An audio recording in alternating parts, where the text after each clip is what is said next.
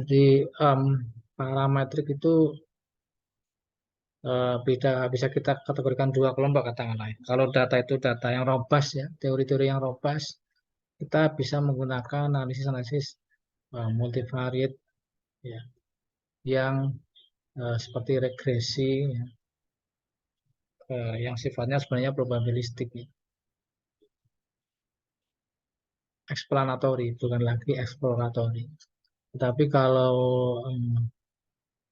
apa namanya yang data masih baru, relatif baru, masih masih peneliti-peneliti masih banyak yang berusaha membuktikan indikator-indikator, peran indikator-indikator maupun peran variabel-variabel dan peran terhadap prediktornya yang diprediksikan ya terhadap yang dipredicted, maka kalau kita langsung menggunakan MDA, multivariate data analysis yang sudah robust tadi, kita biasanya akan kesulitan. Makanya lebih sebaiknya kita menggunakan yang eksploratif dulu ya, dieksplorasi dulu ya dengan berbagai analisis yang sudah kita kenal, yang kemarin terakhir kita bahas, yang saya ikut pusing juga itu bicarakan itu ya.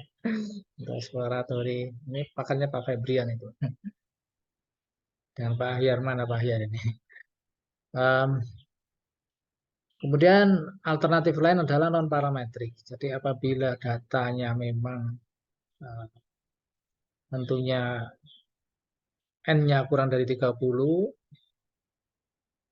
tetap diregresi bisa, tetapi kan ibaratnya itu hanya alat analisis regresi itu. Tapi secara makna itu bukan bukan parametrik, bukan parameter ya istilahnya, bukan parameter populasi atau parametrik, tapi non parametrik. Tidak bisa mengeneralisasi populasi.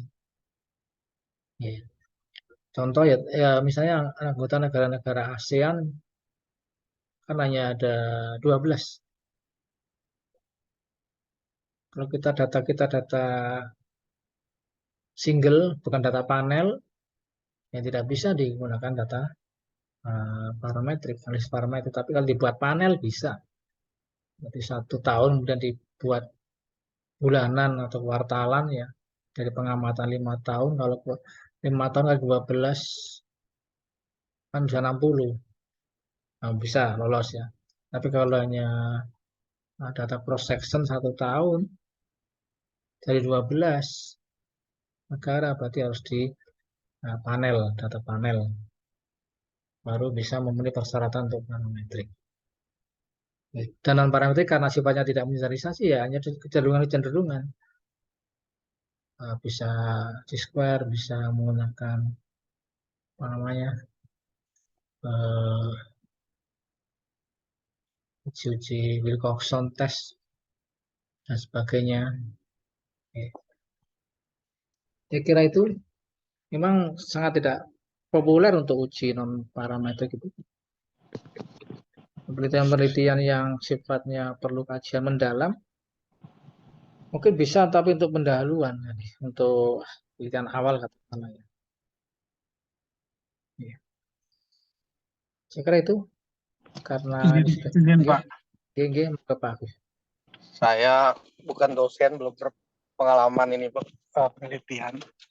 Jadi kalau yang mungkin saya pahami ya, kalau dari saya dengar berarti yang kita bicarakan ini untuk kuantitatif, Pak ya. Kalau kualitatif itu kan kualitatif berarti nggak ada angka-angka untuk ngetek itu ya. Cukup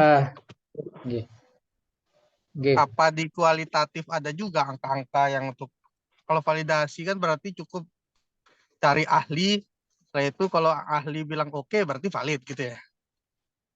Jadi pemahaman kualitatif itu ada yang namanya kuasi kualitatif. Nah, itu di situ ada angka-angka, Pak. Kuasi kualitatif. Kalau menurut Sugiono, monggo nanti mungkin bisa beli bukunya Sugiono. Itu ada istilah kuasi kualitatif. Deskriptif sebenarnya itu, deskriptif kualitatif, tapi dikatakan sebagai kuasi kualitatif. Ada angka-angka di situ. Kalau kualitatif murni, ya angka-angka itu mungkin hanya ada di fenomena, ya. Bukan data-data yang diolah angkanya.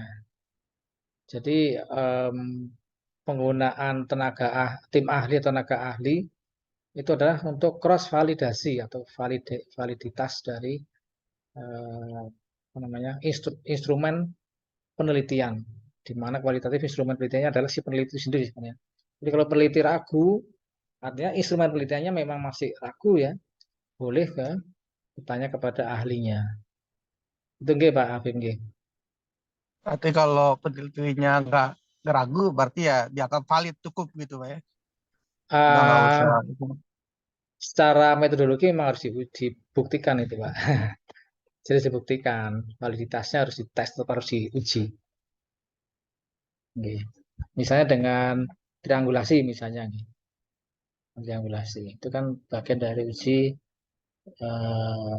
validitas kualitatif. Itu nggih. Memang UNED kan cenderungnya kan memang ke arah kuantitatif. Kalau yang kualitatif itu kalau tidak salah di mana ya?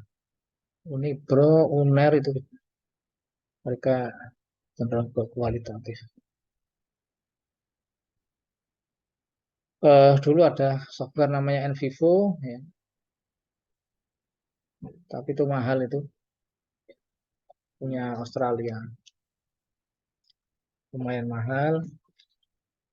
Dan sekarang ini text mining ini, nah saya bisa text mining, saya malah belum belajar. Mungkin itu nih, kalau ada yang masih perlu didiskusikan. Saya masih ada beberapa menit lagi.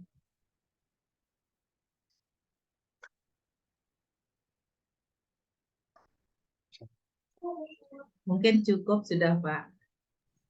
Matur nuwun, kira saya belum sholat asar ini. Mau izin sholat asar dulu barusan. Namun matur nuwun Bapak Ibu sekalian. Sami-sami Pak. Dialog. So kalau mau pindah ke Jember jangan mendadak nggih. Siapa? Jadi dulu tempatnya. Terima kasih. Mudah-mudahan tetap semangat, tetap inspiratif nggih. Meneliti itu memang harus gimana ya? Harus yang ada di pikiran kita ya itu sudah yang mau kita pelajari apa yang kita teliti apa ya itu. Kita tidak boleh tergoda oleh teman misalnya. Wah, meneliti ini hasilnya bagus ya. Wah, itu jangan mudah tergoda. Harus istiqomah istilahnya. Beberapa pesan ketemu ke murid-murid ini di sini jangan tergoda loh ya. Harus istiqomah. Semuanya itu proses memang. Tapi nanti kalau nggak percaya silakan aja. Misalnya Anda beralih ke tema sedikit, nanti belok, pasti balik ke situ lagi. Balik lagi ikut temannya, baliknya ke situ lagi. Akhirnya ujung-ujungnya. Terima kasih. Wassalamualaikum warahmatullahi wabarakatuh. Waalaikumsalam. Terima kasih Pak. Terima kasih. Selamat sore. Langsung lift nih saya izin. Pak. Terima kasih. Alhamdulillah.